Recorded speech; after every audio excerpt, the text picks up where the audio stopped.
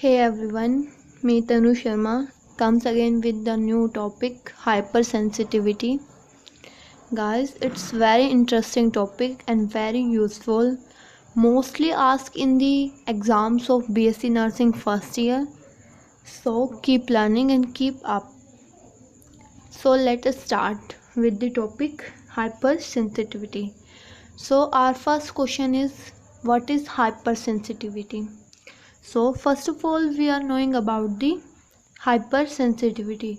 It refers to a condition in which immune response result in excessive reactions leading to the tissue damage, disease or even death in sensitive host. इसमें क्या होता है कि जो हमारा immune response है वो कुछ ऐसी रिएक्शंस कोज करनी शुरू कर देता है जो हमारे टिश्यूज़ को डैमेज कर देती है, डिजीज़ कोज कर देती है और इवन डेथ का एक कारण बन जाती है. ऐसी रिएक्शंस जो हमें एक सेंसिटिव यानी ससेप्टिबल होस्ट बना दे, उन रिएक्शंस को हम कहते हैं hyper sensitivity. Immune response, which is generally beneficial to the host, may sometimes be harmful. Basically, the immune response is useful, but sometimes it may be harmful because of some excessive reactions which cause tissue damage. In basic terms, when increased resistance of our body is known as immunity. When our body is show increased resistance against any antigen is known as immunity.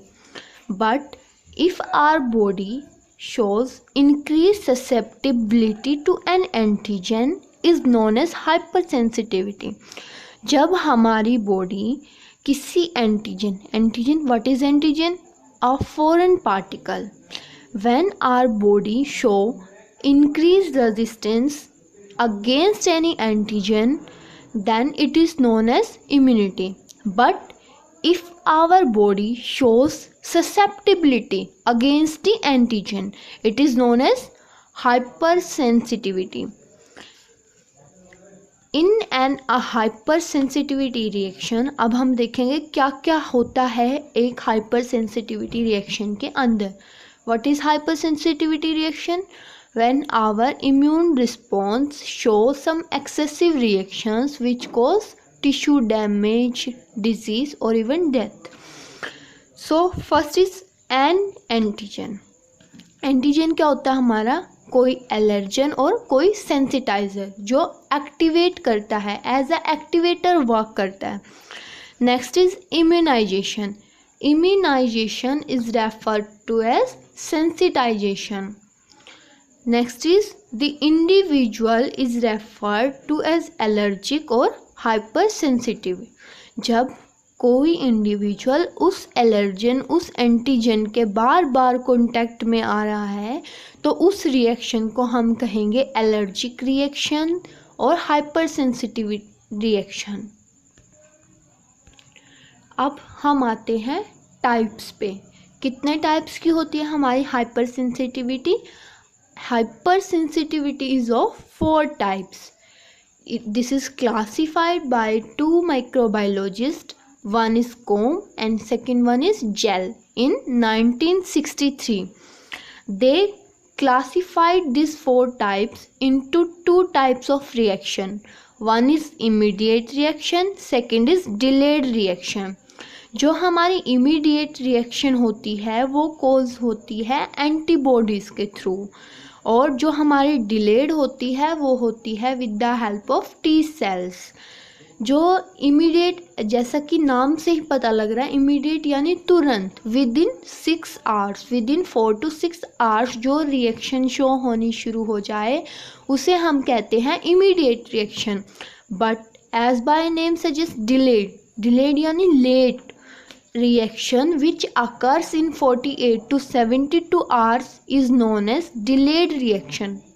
It means वो reaction जो हम 2 to 3 days के अंदर देखते हैं उस reaction को कहते हैं हम delayed reaction. Now the types. First type of hypersensitivity reaction is anaphylactic reaction or hypersensitive reaction 1. Second is cytotoxic reaction or hypersensitivity reaction 2. Third is immunocomplex or antigen antibody complex reaction or hypersensitivity reaction 3. Fourth one is cell hypersensitivity or delayed hypersensitivity or delay hypersensitivity reaction 4. जो हमारी first 3 reactions होती हैं वो होती है हमारी immediate reactions. Immediate reaction which are B cells और antibody mediate reaction or which are shown within 6 hours, 4 to 6 hours, they are known as immediate reactions. But the fourth one is delayed reactions because क्योंकि ये हमें 2 to 3 days के interval पर देखने पे में मिलती हैं. इसका एग्जाम्पल हमारा बेसिकली होता है tuberculin test.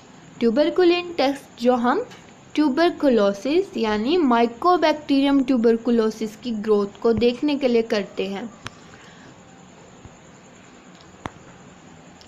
Now come on the topic hypersensitivity reaction 1 which is also known as anaphylactic reaction. What is anaphylaxis? Anaphylaxis means allergic.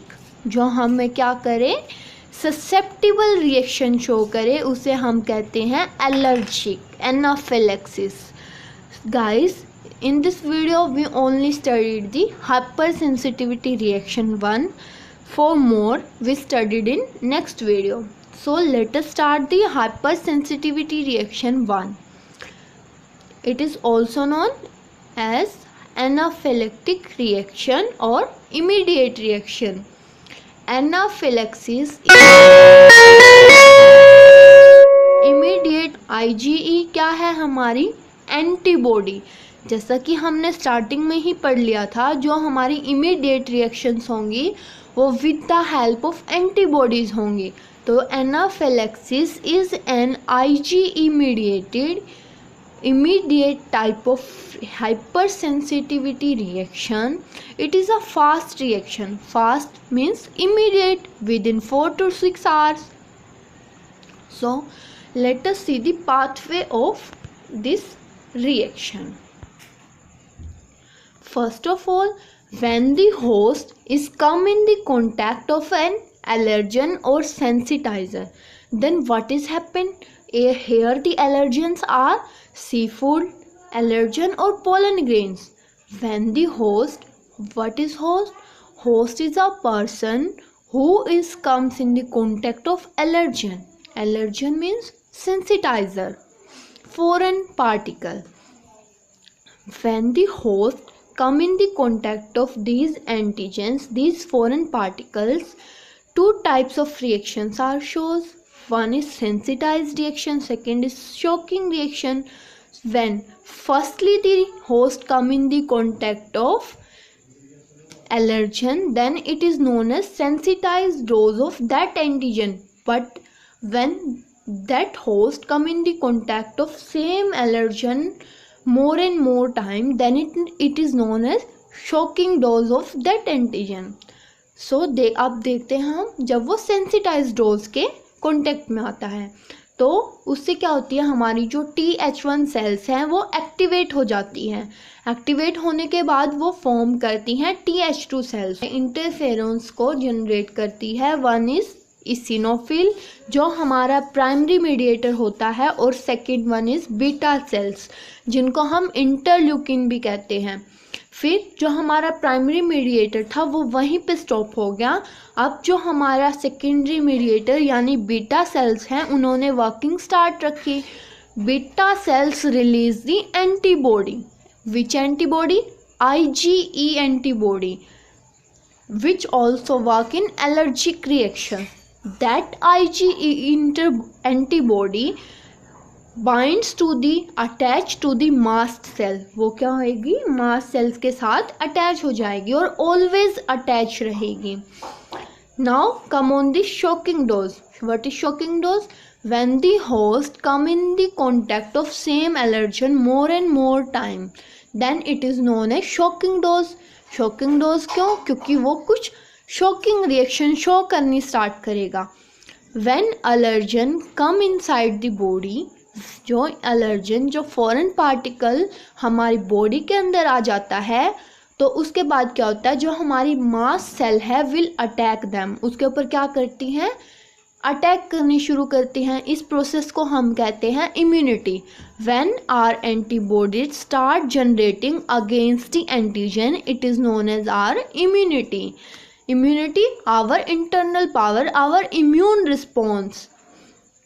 Then allergic reaction shows, then जब मास्ट सेल्स अटैच हो जाती हैं allergen के साथ, उन पे attack कर देती हैं, उसे हम कहते हैं allergic reaction, anaphylaxis reaction, which release the chemicals histamine, serotonin, heparin.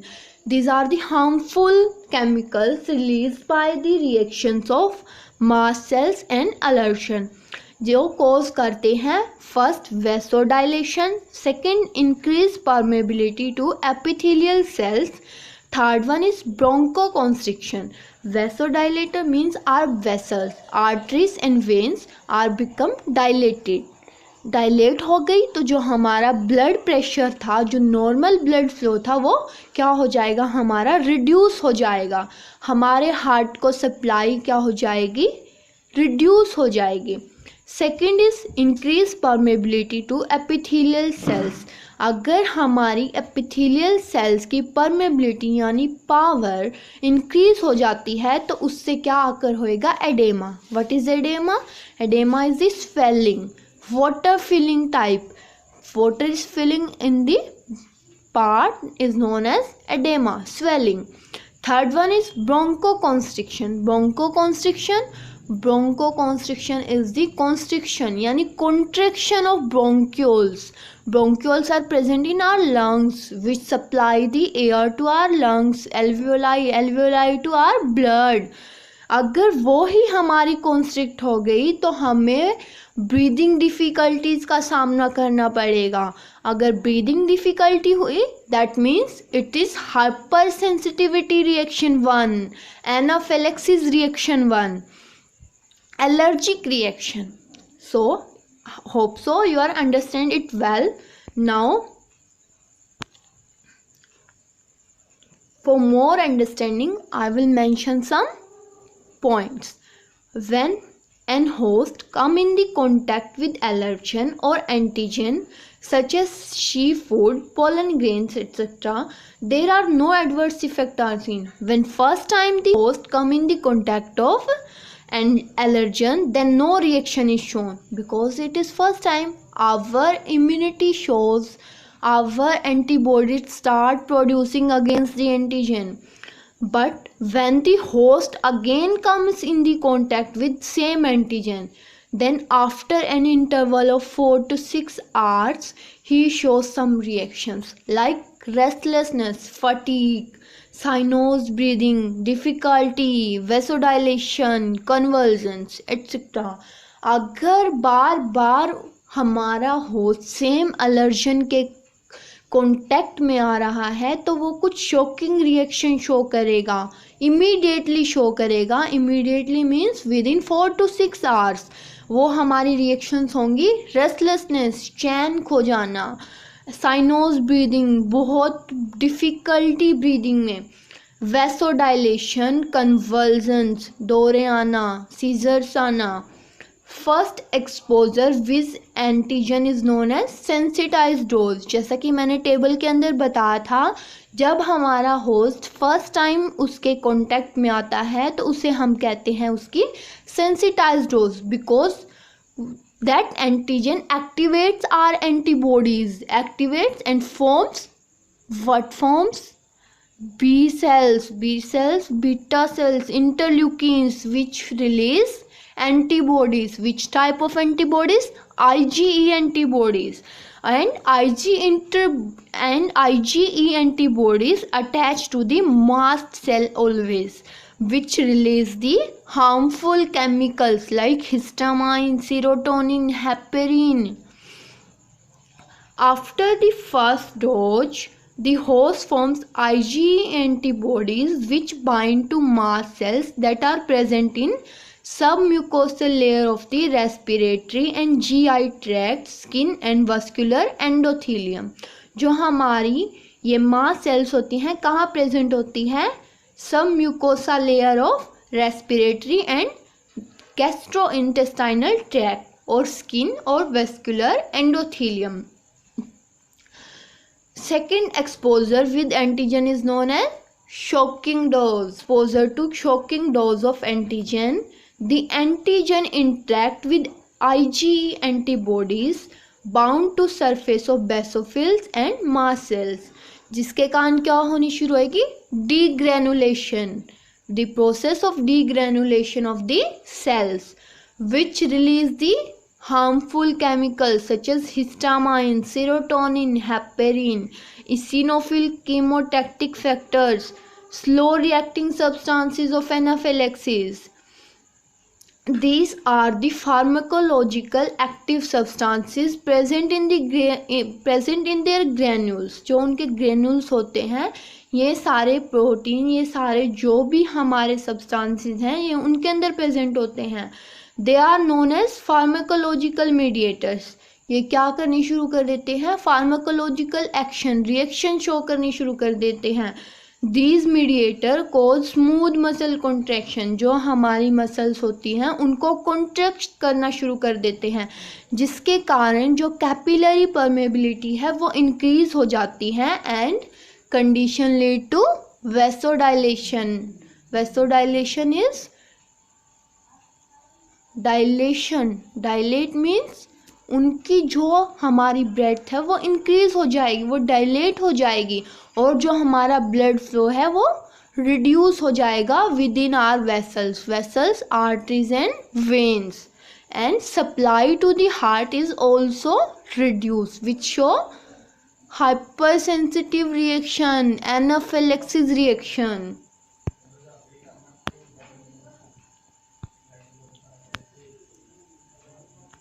This is systemic anaphylaxis. What is systemic anaphylaxis? A condition of an acute shock, usually terminating in death due to suffocation from contraction of muscles in the walls of bronchioles. जब acute shock यानी जो few time के लिए, थोड़े time के लिए है, वो शॉक शो होने शुरू हो जाए, उस रिएक्शंस को कहते हैं हम systemic anaphylaxis. In this type of reaction antigen is free moving, वो कहीं भी जा सकता है, but antibody is fixed in mast cells. जो हमारी एंटीबॉडी है वो मूव नहीं कर सकती, लेकिन एंटीजन कहीं भी मूव कर सकता है. Here the diagram showing the antigen antibody movement and the reaction. This is our mast cells. जो E shape की आपको दिख रही हैं वो क्या है? हमारी यहाँ mast cells. और जो ये इसके नीचे है ये हमारी IgE एंटीबॉडी. जब हम mast cells को IgE एंटीबॉडी के साथ रिएक्शन कराएंगे, यानी जो हमारा होस्ट सेंसिटाइज डोज शो करनी शुरू करेगा, तो हमारी TH सेल एक्टिवेट हो जाएंगी जो लीड करेंगी बीटा सेल्स की एक्टिवेशन को और रिलीज करेंगी IgE antibody. These IgE antibody attach to the mast cells always. In this reaction क्या होता है? जो IgE एंटीबॉडी हैं वो मास्ट सेल्स के साथ अटैच होती हैं. फिर क्या हुआ? Allergen come in the contact with our mast cells. Again shocking dose में जब एलर्जन दोबारा कॉन्टैक्ट में आता है तो वो क्या करेगा? मीडिएटर्स रिलीज करेगा. Some mediators like histamine, serotonin, heparin. They cause anaphylaxis reaction. Anaphylaxis reaction means allergic reaction. Now What are the examples of this reaction? किन किन conditions में ये reaction show होती है? First is rhinitis asthma. Second is anaphylactic shock. Third one is atrophic dermatitis, skin inflammation. Now, what is the treatment of this condition? क्या क्या treatment हो सकते हैं इस condition के? The most useful treatment of this condition is antihistamine drugs. They are the drug of choice It include diphenhydramine, trade name is Benadryl. Second is cetirizine, trade name is Zyrtec. Third one is brompheniramine and trade name is Dimethen. अगर हमें हमारी hyper sensitivity reaction यानी anaphylaxis reaction को कम करना है, reduce करना है, remove करना है, तो these are the drug of choice for anaphylaxis reaction. These are the antihistamine. What is the antihistamine? Word show drugs which are act against the release of histamine. They are known as antihistamine drugs. Now some nursing responsibility. I remind you myself. First is check the blood pressure, pulse rate and respiration of the patient timely, because this reaction cause the vasodilation. अगर हम pulse BP regularly time to time check कर रहे हैं तो हमें क्या पता चल जाएगा कि कोई हाइपर सेंसिटिव रिएक्शन तो नहीं है हमारे पेशेंट के अंदर. ये हमारी as a nurse first responsibility होती है. Second is check the intake and output chart of the patient. Monitor the intake and output chart of the patient कि पेशेंट कितना अमाउंट ऑफ फ्लूइड्स फूड ले रहा है और कितना वो एक्सक्रीट कर रहा है. Our third responsibility is check the mental status of our patient, that he is active और not, that he is conscious और अनकॉन्शियस.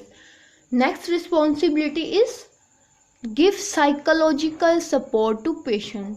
जब किसी के अंदर कोई बीमारी आ जाती है तो वो क्या हो जाता है, साइकोलॉजिकली वीक हो जाता है. उसका ब्रेन उसका साथ देना कम कर देता है, उसका माइंड, उसका बिहेवियर सब चेंज हो जाना शुरू होता है. ऐसी हालत में उसे सपोर्ट, हेल्प की बहुत नीड होती है. तो as a nurse it is our responsibility to provide psychological support to our patient.